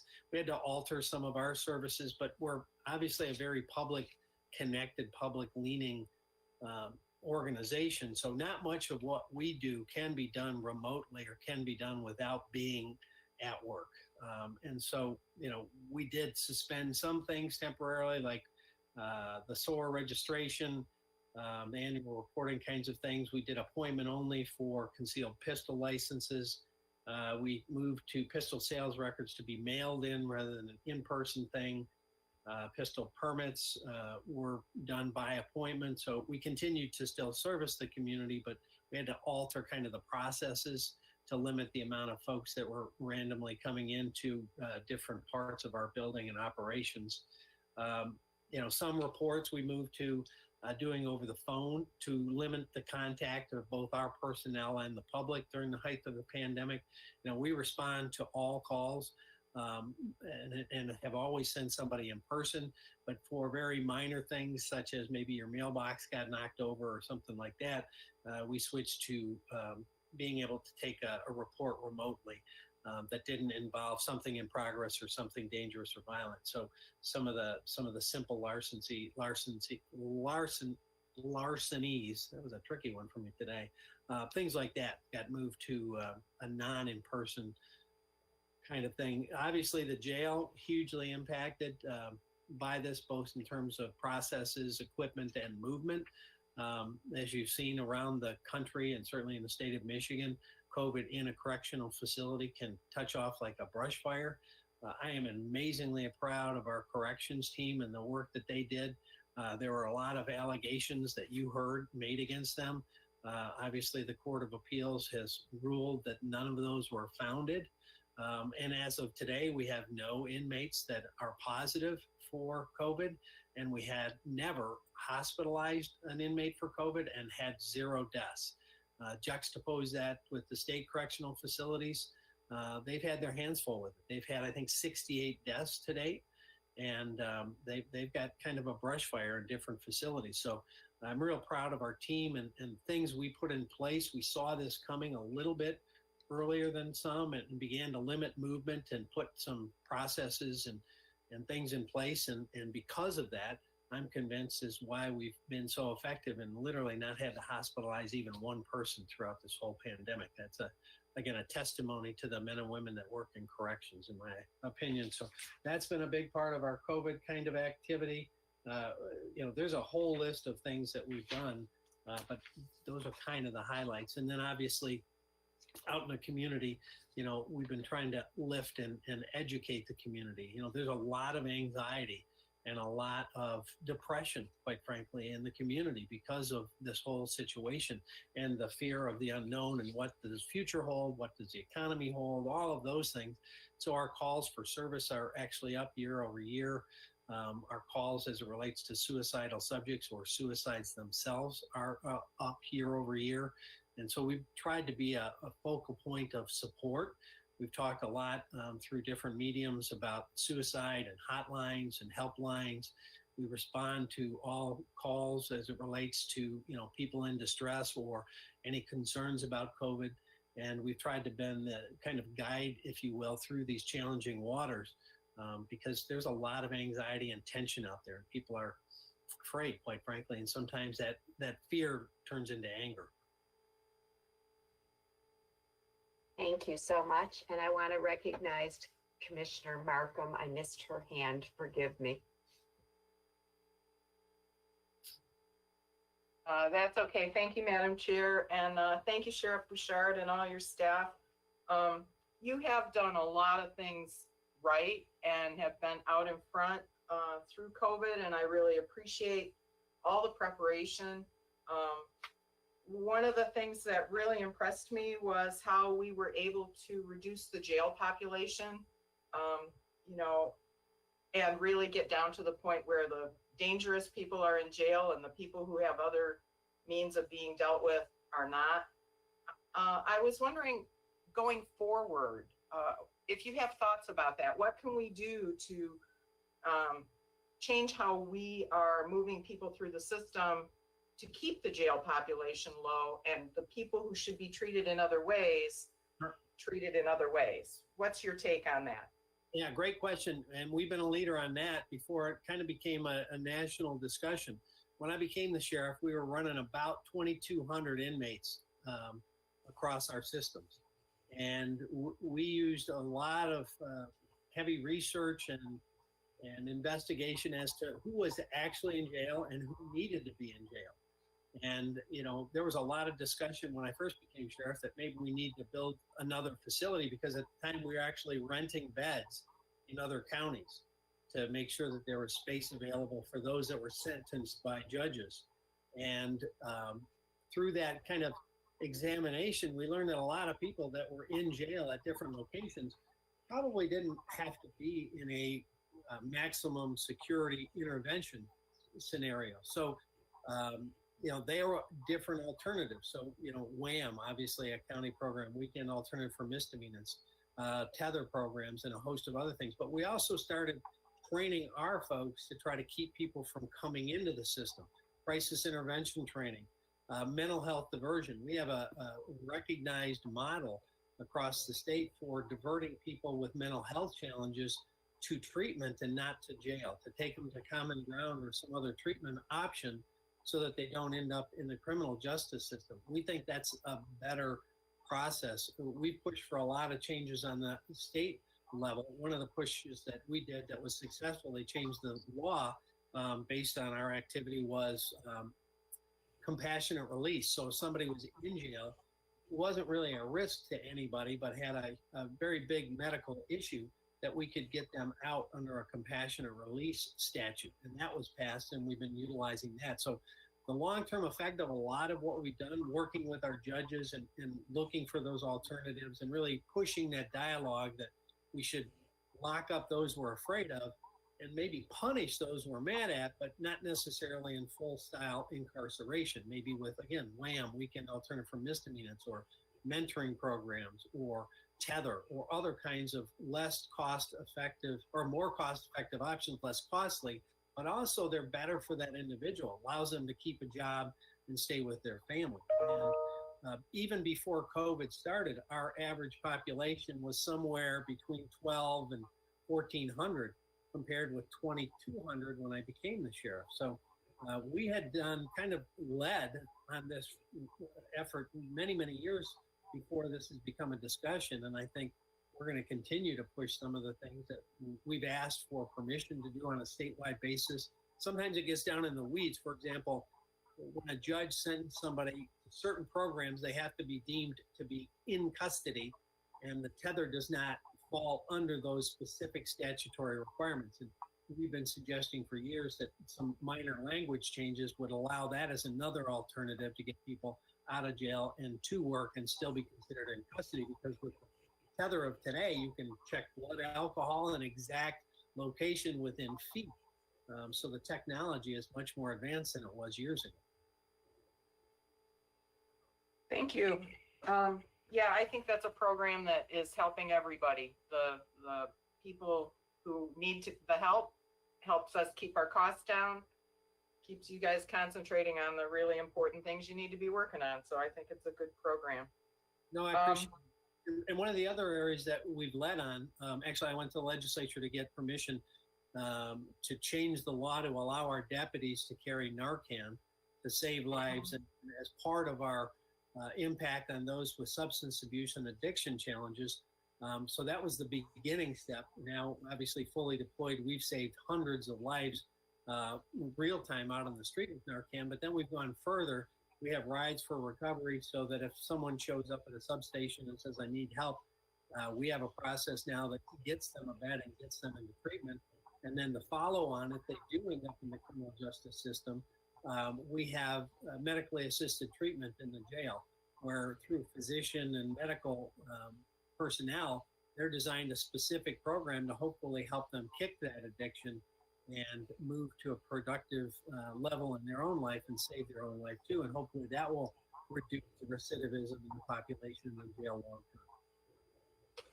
Are we seeing through COVID an increase in addiction issues? I mean, anecdotally, are you just seeing more of that? People, you alluded to the fact that there's a great deal of stress out there. We're all feeling it. Are you seeing it in addiction? Well, I don't have a specific way to quantify addiction, but we are seeing it through suicides and overdoses. Okay. They're all related. Yes, ma'am. Changing subjects a little bit, your Marine division and your helicopter division, can you just talk about how many vehicles you have and what their costs are and how we use them? Yeah, sure. So the helicopters, we have 2 helicopters. They're Eurocopters. Gosh, we've had them probably going on 17 years, maybe 18 years or so. They typically cost about $300,000 on average for maintenance per year. That's probably a little bit high because of some of the major rebuilds we've had to go through recently. Actually, prior to you being on the commission, the way that I was able to pay for those is when we privatized feeding the inmates, we were able to save $1.6 million every year. And that's what funded a lot of the new services and support for the community, including the aviation unit. So, until COVID hit, we were still saving 1.6 million year over year of what we were spending 20 years ago on food. And, so that's part of the way we've been able to pay for a lot of the services that we have now available to the county, or at least have that money available for other things. So again, when I became sheriff, we didn't have helicopters or dogs. We didn't have the DNA lab, computer crimes, all those things really are important state-of-the-art technology and capability for us to keep Oakland County safe. In terms of Marine patrols, what do we have? How many boats are we down to now? I know we a little over about 25 boats in the fleet. We replace a couple of boats every year, and we have, I think, 17 lakes that contract for services during the summer. And we have 1 hovercraft as well that we use for ice rescues and other kinds of things. Okay. Well, we have a lot of lakes, so we definitely need to be able to service them with law enforcement. I know when I was a kid, and my dad was the county executive, we lived on Sylvan Lake, and the sheriffs used to put a boat in over there, and we had a dock, and the sheriffs put it at my dad's dock. So right. Yeah, we that used was to way back in the 60s or 70s. We did that. So yeah, we used to have more state support for our Marine division, but they cut it pretty dramatically. And I know Commissioner Kowal, former Representative Kowal, tried to help us get that changed. Voter registration fees is a sore topic. For every dollar an Oakland County resident pays for their vote registration fee, we get about 25 cents back. And so as a result, we don't get even close to the revenue I think we should. We just ask, give us half of what our county pays to the state so that we could expand our presence on the lakes. What they give us is pretty paltry. I think we get, 200-some-thousand now. Yeah, it's a little over 200,000 total. Yeah. We request a lot more than that. Yeah, we request a lot more. Obviously, we have 450 navigable lakes, but that's all the state gives. So in part, that's why so many of the different lake associations and communities went to the contract basis, which is both cost effective for them and us, but also gives us a broader coverage because we just simply don't have the general fund or the state resources to go beyond where we currently are. Got a quick update from Gaia here. There's 20 contracts on the lakes. We have 2 boats for divers and sonar, 2 jump boats that go throughout the county on the weekends, 1 hovercraft, and 1 inflatable for river rescue. So we've come a long way since the cutbacks of 08, 09 in the Marine Division. But the sheriff's right, we don't get what we're supposed to get. it's definitely an essential service in this county. As you said, 450 plus lakes. Yeah. The next couple of questions I have are a little touchier. The first one, it's not a finance issue, but it's this question of enforcement of face masks throughout the county. I have 2 adult children who work retail. One's at the front of Target, the other's standing at the front of Menards.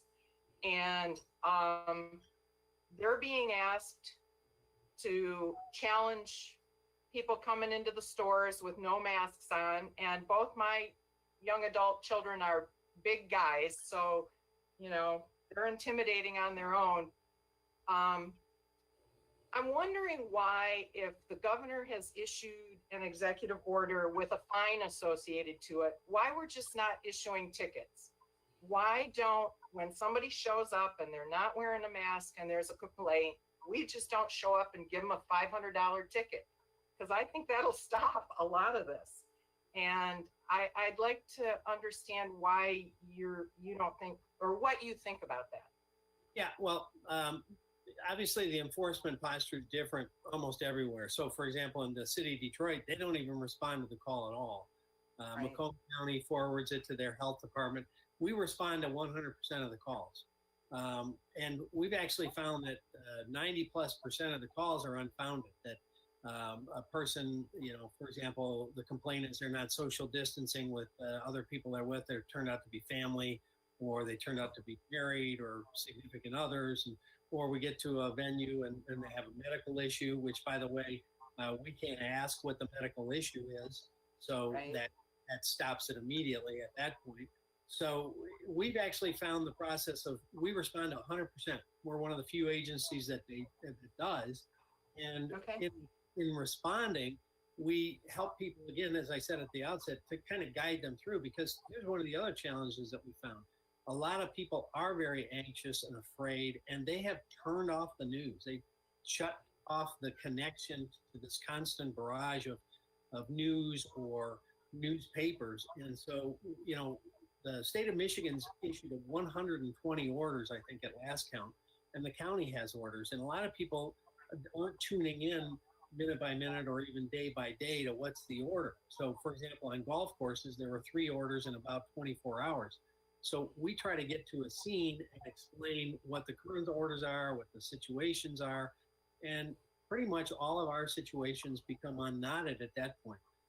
We don't want anything to escalate. That's why we respond to 100%. And we found that process to be very effective. And in a situation that are unusual, where somebody is extremely defiant, then we forward the information to the health department. But that's, Okay, well, I'm glad to hear that you do respond to all the calls. yeah, 100%. Good. My last question, we've talked about this before, but I think as the tone has changed throughout the country on policing and the right, you know, the truth, making sure the truth gets out there. We've talked before about, should the sheriffs be wearing body cams? And I'm getting to the point where I think, whether we have done it in the past, I think that we do need to be seriously considering body cams for our troopers for 2 reasons. One is, I think we just saw it in Detroit not 2-3 weeks ago, where the body cam on the police officer was actually able to show that what people thought was a bad situation was actually, you know, being controlled by the police properly. The other is, I think it would set an example for other police organizations that aren't as forward thinking as yours. You know, I don't have any complaints about how our troopers are trained and the way they respond and so on. And I feel the same way about the police department in the community I live in. But not all police departments are that way. And I think the county, it's my opinion that the county should seriously consider body cams now for every trooper. So you can respond to that or not. That's really my opinion. No, well, years ago, I went to the legislature before it was kind of a thing and asked them to draft FOIA, Freedom of Information legislation, that would protect the privacy of our community and hold police accountable. So in my opinion, body cams are for police accountability and evidentiary and value. So if it's not for one of those 2 things, if it's for voyeurism or sensationalism, or somebody wants to start a reality TV show, that's not what it's built for. I think it's for police accountability. So I asked the legislature to follow some of the other states that it said, look, any body camera is exempt from FOIA unless there's a complaint against the police officer or the department in that situation. And then my recommendation was that a complaint would trigger holding the footage, an investigation of the complaint, release of the findings of the investigation at the conclusion, and a release of the footage. 100% transparency, 100% police accountability. And the legislature, in their infinite wisdom, did not adopt that. They did what they often do. They went into a committee and turned a horse into a camel. Part of it works and part of it doesn't. So what I mean by that, and I was explaining this to them, they didn't understand because obviously most people have never been a frontline police officer like myself or our agency. But as an example, when I was a young officer, I went to a call where a woman was getting out of the shower, slipped and fell, and was stuck naked between the tub and the toilet. If I was wearing a body cam back in the day, that would be immediately foilable because there was no crime that was being investigated and no exemption for keeping that. Now, the legislature did try to carve out here's and there's. When I raised this as a specific one, they tried to fix that specific one, but it misses the totality of those kinds of things. So an expectation of privacy in your home, they said, well, you don't have to release that. And then they started to pick here and there and where. And they said, well, turn it off when you go into the house. I said, we're not turning that thing off. If we put them on our folks, I want them on when they leave the station and turned off when they get back. Because if we turn it off when we go into that house, and let's say that woman did complain that there was inappropriate behavior, now we had a camera that we turned off and in front of a jury, that's not so good. But we would be following state law. I said, I want to leave that camera on for accountability in all circumstances, but only release it when there's a complaint. And a follow-on to that is oftentimes we run across cars or people out in a park. I have run across a situation where I had two next door neighbors that were married to somebody else that were engaged in sexual relations, and hanging up on them again.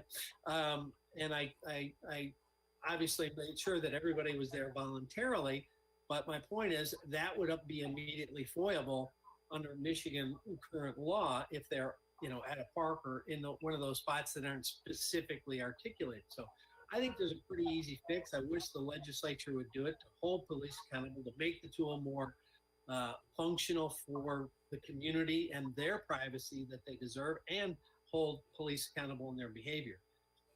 I'm not optimistic, and maybe at some point we might have to plunge forward at some event anyway, but I do think it's violative of the privacy of our community without some of those things in place. And we also know that it's extremely expensive and problematic without those things in place. There was a very obviously progressive agency out in the state of Washington that started a body cam program. And they had a person that wanted to do an internet reality show. And they came in and said, give me every hour of every footage of every officer last night. Well, the logistics of that, we have to sit somebody down in front of a screen and review the whole 8 hours to determine if what is on that we cannot release by law. For example, HIPAA or any ADA information. If we're at a medical and somebody tells us there are medical issues or Social Security by law, we cannot release it. So literally we have to have somebody watch the whole 8 hours and redact what we're not allowed to release in order to release that 8 hours. That ultimately shut down that Washington Police Department's program. They didn't have enough personnel to sit down and watch. You have to have one civilian watch every police officer's 8 hours to accommodate that request. And it was a deal breaker. So those are some of the unknowns that a lot of people don't understand. Logistically, it can be solved pretty easily by the legislature, but they haven't done it. Can we help you persuade the legislature? Is there something the board can do? Would it help if we passed a resolution that said we wanted them to do this? Yeah, we'd love that help. I mean, I would try to implement a program on a broad basis tomorrow if it was focused on police accountability and protecting the public's privacy, except in that situation. Okay. Well, thank you. That's all I have, Madam Chair, and thank you, Sheriff and all of your staff for all of your good work and your answers today. Thank you, ma'am. Okay, I have Howald and McGilvray and Gershenson. Jack, can you add me to the list too, please?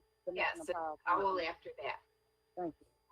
Well, thank you, Madam Chair. And getting back to the jail, I was one of the original members of the jail overcrowding task force, so I definitely remember those days, and we certainly have come a long way in that regard.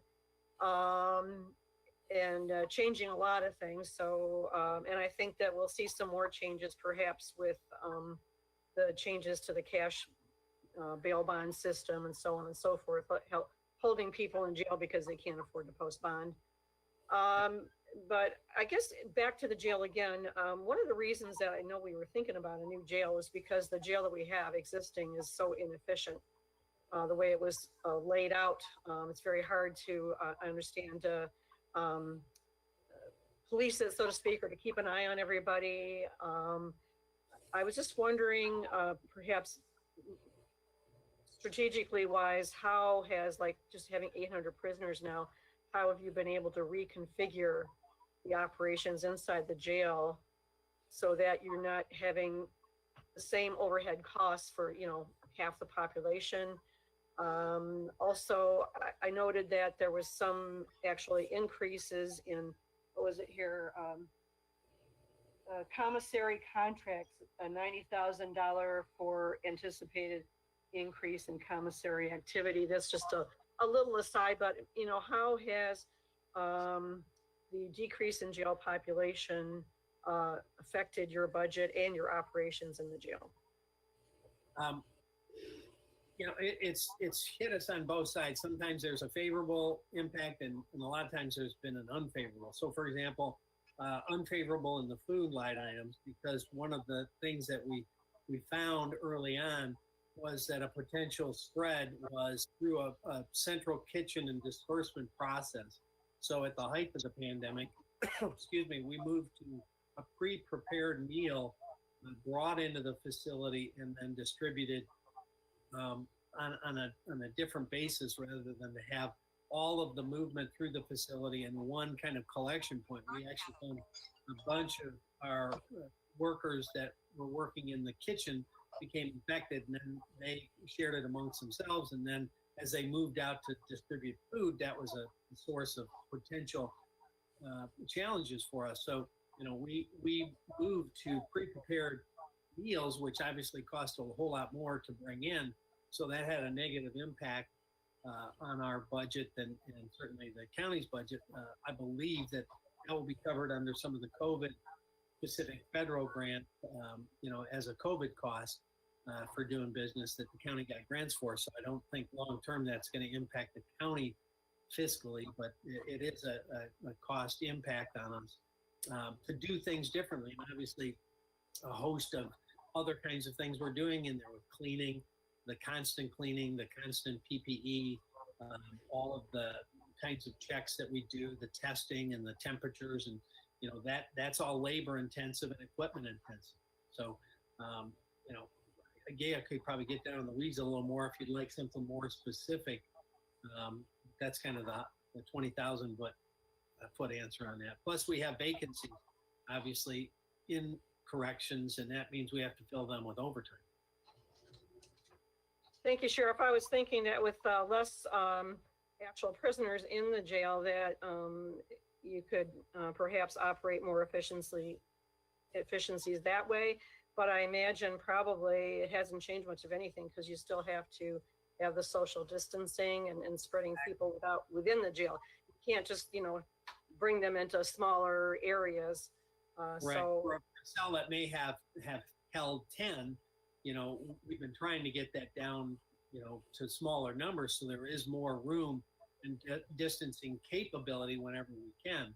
So that doesn't diminish the fact we're still operating that cell and still need to have staff observe and maintain that cell block. thank you very much. Commissioner, just so you know, our population today is 563. And that's nobody that works here today that's been here, and I've been here 42 plus years, Major Scenery a little longer than I, that's like early 1970s population, just so you know. Next up is Commissioner McGilvray. Thank you, Madam Chairperson. I appreciate your, question of the sheriff. You mentioned that hiring, you're short 63 officers right now, or you need to fill 63 slots. Yes, sir.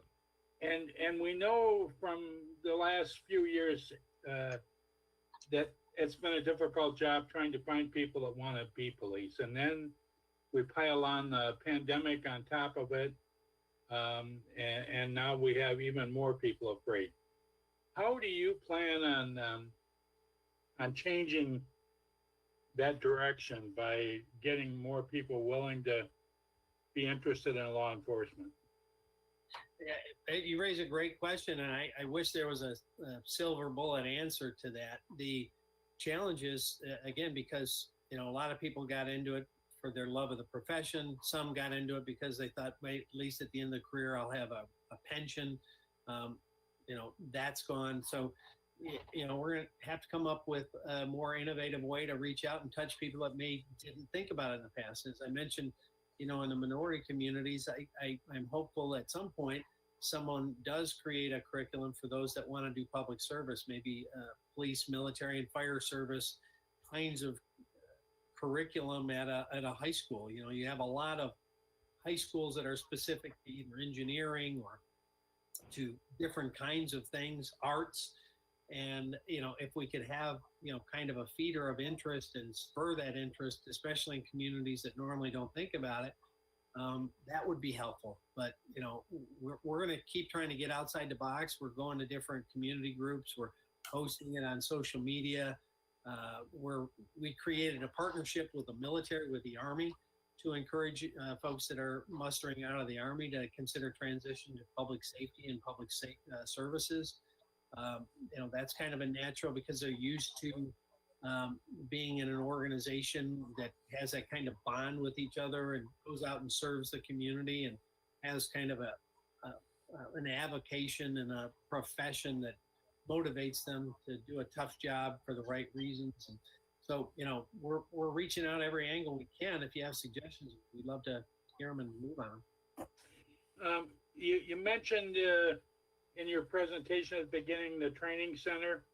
Yes, you and I have talked about that in the past, and you feel that there's a real need for it. I'm curious where that's at this point, and what you hope to see and why. Yep. Well, in the last budget that former County Executive Patterson presented, he called for $65 million for a joint building, but didn't allocate the money and didn't get more specific, and then, as you know, passed away. So I don't know where that number came from. I wasn't even aware of it before he passed, that there was some actual drawings that some of his staff had done. Brooks and I had been talking about it because if you look at our capabilities, that's one of the areas we lack. The Emergency Operations Center, our Dispatch Center, and the Training Center are all kind of sad, to say the least, in terms of the facilities. So our Emergency Operations Center for the county and our Dispatch Center don't meet federal standards for a lot of different things for those kinds of operations. And our training has been find it where you can. We just rented an old school building in northern Oakland County. Previously, we've rented old home repair stores. We'd like a facility that's designed for teaching men and women in a very stressful, real world manner to make a very tough choice the right way. And if they don't make it, we try it again and push them again. And if they make a mistake, they make it there. So you have a higher chance of having better outcomes in the real world. That's an important part of training. But the training center I envision would also allow and have time for every police agency in Oakland County to use it. And as you know, a lot of Oakland County is folding into different efforts we do. We already work together. So narcotics enforcement, auto theft, now SWAT has even more other agencies working on our SWAT team. The whole southeast part of the county collapsed their SWAT team and folded in with ours. And so as we get to work more together, all of that training together becomes even more important, whether it's an active shooter at a school or whatever the scenario. It allows them to train in a real world, real way in an actual training facility and get the opportunity for better outcomes. So kind of a long answer, but specifically to where we are, I think one of your fellow commissioners is going to offer a resolution that you all put out a RFQ to at least have a consultant begin the process. Again, I don't know where the 65 million Brooks came from, but have a consultant at least take the initial step. What kind of facility do we need for the countywide emergency operations? What kind of facility do we need for the dispatch, which serves, a lot of the county directly and is the fallback for the rest of the county, and for a training facility that would serve not just Oakland County Sheriff's Office, but the whole county. So that, I hope, would be the next step, that would come to the commission and we get a consultant to say, here's what it would look like and here's what it would cost, and then we can make some informed decisions. Okay, thank you. Thank you. Next is Commissioner Gershenson. Thank you, Commissioner Zach, and welcome, Sheriff, and thank you for your the time and your whole staff, and for giving us these answers. One of the things you talked about with the body cams, I'm interested in working on something like that with you, and I appreciate your willingness to work with us. I know there are other commissioners, so I can kind of organize that a little bit behind the scenes and then come to you with some ideas. That'd be great. Yeah, as I said, if we could get it focused on police accountability and protect our residents' privacy, I'd be 100% in. I tried to get that done years ago, and it's been frustrating, frankly. Okay, well, I think this is a new time, and certainly there is, I'm getting a lot of questions about it. And I understand that the Waterford Council last night had a resolution in front of them to fund body cams. I didn't know if you had any update on that, or if you had heard about that, because I've been hearing about locals now, local communities that are looking at having their own body cams. Yeah, I think there are some in Oakland County that are looking at it. I think maybe 2 have them. But I think it's kind of where I am, that they've been waiting for the legislature to kind of fix these problems. And they're at a point where, well, we might have to kind of do some pilot program to see if it will run in an effective way without having all these downsides we've seen elsewhere.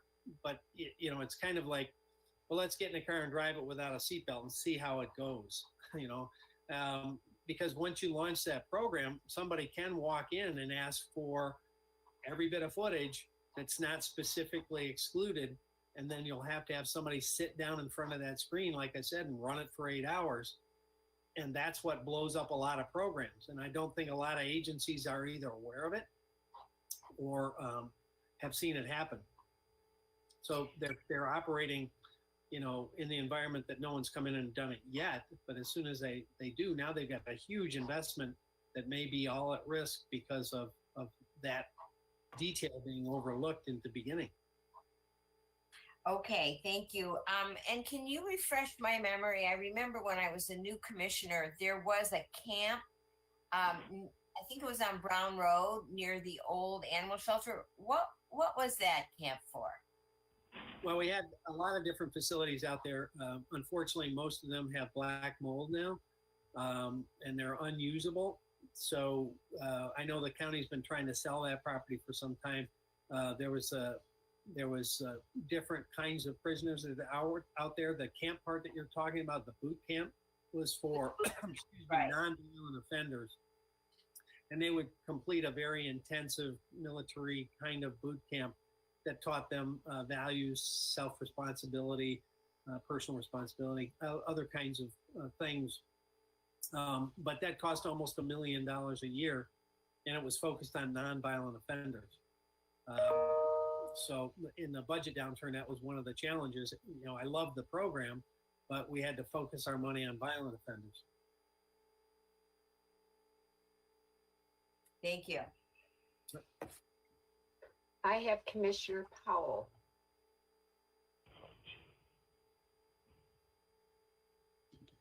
Hi, I just have one more quick question for you, Sheriff. I know that we've probably been getting inundated with a lot of emails and calls to people and constituents voicing concerns in regards to any policy or reform that we may be looking at, maybe changing due to the things that happened with the George Floyd situation. I just wanted to ask, has anything come up that maybe the commissioners are aware of? And if you don't want to present that information now, if somehow at a later date, staff can just submit us with some policies or things that you may be looking at addressing moving forward. It was kind of hard for me to hear your question. In terms of, I did hear the end part about policies. I mean, one thing I would say about our policies, and I thought you said as it relates to George Floyd, but maybe I didn't hear it. Yes, Sheriff, can you hear me now? Yeah, it's kind of muffled though, but I'll go ahead. Okay, I was just trying to see if, because of the George Floyd situation, are we or have you been looking at any reforms or policies that we may look at moving forward? And if you don't want to address that now, I just wanted to put it on your staff's radar so they could send commissioners some of the things that you have been looking at since the George Floyd. It's something that we need to look at from a county perspective. Sure. Okay, I got you this time. Well, I mean, we're constantly looking at our policies and procedures and updating them based on newest information, best practices, and trying to be cutting edge. So last night, I signed an update to 3 different policies, not specifically related to George Floyd, but other kinds of things to try to keep us very much on the very cutting edge of professionalism and best practices. As it relates to George Floyd, we were already out ahead of almost everything policy-wise you saw there. So whether it was a policy of what kinds of holds are allowable, we have not allowed choke holds or fictional positioning kinds of activities the whole time I've been sheriff. We've banned those except in situations where it rises the same level of lethal force. So we don't allow that and haven't allowed it. In at least 4 different spots in our existing policies and procedures, we have a duty to intervene. And that's not just on physical situations like the George Floyd scenario where it was a physical moment where they could have intervened and rendered aid and done the right thing at that moment, but it's also on behavioral things like a hostile work environment, or racist comments, sexist comments. We have a duty to report and a duty to intervene in those kinds of scenarios already in our policies. So a lot of what has been talked about in national reform, agencies could do and should have done, in my opinion, years ago. The things that I wrote in a white paper 5-6 years ago for police reform, pretty much everything that we could do, we adopted. The ones we couldn't do were only because state law or federal law doesn't allow us. So, for example, one of the things I think gets better police outcomes is to screen out people that shouldn't be in our profession in the first place. And when I became a police officer, we did a polygraph, a lie detector. And now they're not 100%, obviously. But it's one more way for us to ask questions and determine if there's maybe something we ought to look into a little more deeply. Right now, for whatever reason, the state banned them from us doing for background purposes. I found it fine when I took it, and I think it would be helpful. We have an on-staff polygraph examiner. We'd run our backgrounds. That would be part of it. So there's some things we need state law changes to accomplish. Some of the stuff I have been able to get the state to change. Like, for example, we saw what I unaffectionately call a gypsy cop, where they are doing bad things in one agency and they either get fired or resign from there, and they get hired with another agency who does an incomplete or inept background check. And we saw that with the police officer in Inkster who beat that gentleman on a traffic stop. Well, he had already bad things in his background in 2 other police agencies and had left them under a cloud before he got to Inkster. That shouldn't be something that happens. So the legislature did move on part of those suggestions made to them, but there's still other things that I have sent to them. I've sent to the leaders in both the House and the Senate. I sent a copy to one of the governor's staff. So we're going to continue to push some of these things that you can't do. But what's frustrating also for me is to see lots of times people have the authority to make changes and they don't. So in a lot of these cities where some of these mayors are calling for national police reform, it belies the fact that when they became mayor, they now own the police department. The police chief typically reports to the mayor and works at the discretion of the mayor. If I was a mayor in one of those cities, first thing I would do is say, let me see the policies and procedures of the police agency. And in Minneapolis, it's still allowed chokeholds. That could have been rectified with a stroke of a mayoral pen. And so, those kinds of things I think are important also to kind of help the nation understand kind of the complexity of this. And there are some solutions that are right in front of us and some people haven't done them.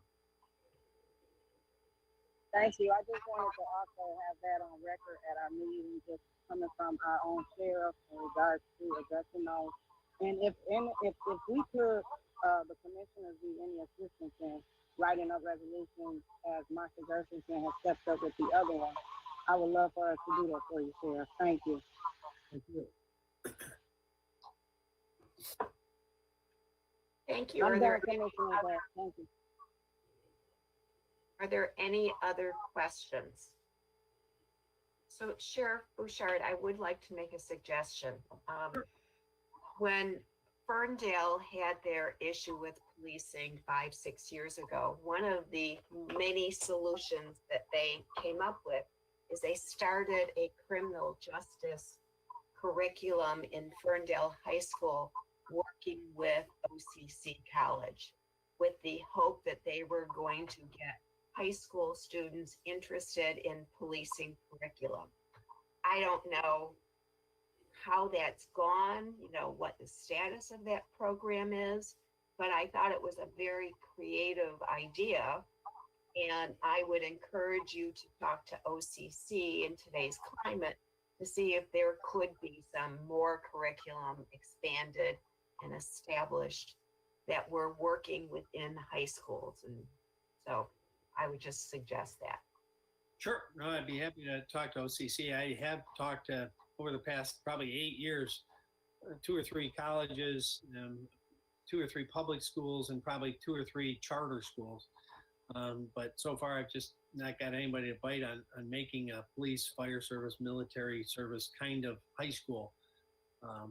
But I'm open. Well, but it could be curriculum within an existing high school, Yeah, no, but you still get, in my, it wasn't that that's all they would get, right? But they would get a speciality in that, so that they would get everything that's required by state law in terms of a rounded curriculum, but they would get that added like they do in an art school or an engineering. Well, it could be like another Oak Tech type program, Right. where, Yep. so. Any other questions? Well, I want to thank everybody for coming today, the sheriff and his team, and for finance, all your patience and wonderful questions. Any other business or comments to come before finance and the budget hearings? Seeing none, we will close finance at 11:45 a.m. Thank you. Thank you, Madam Chair, Commissioner.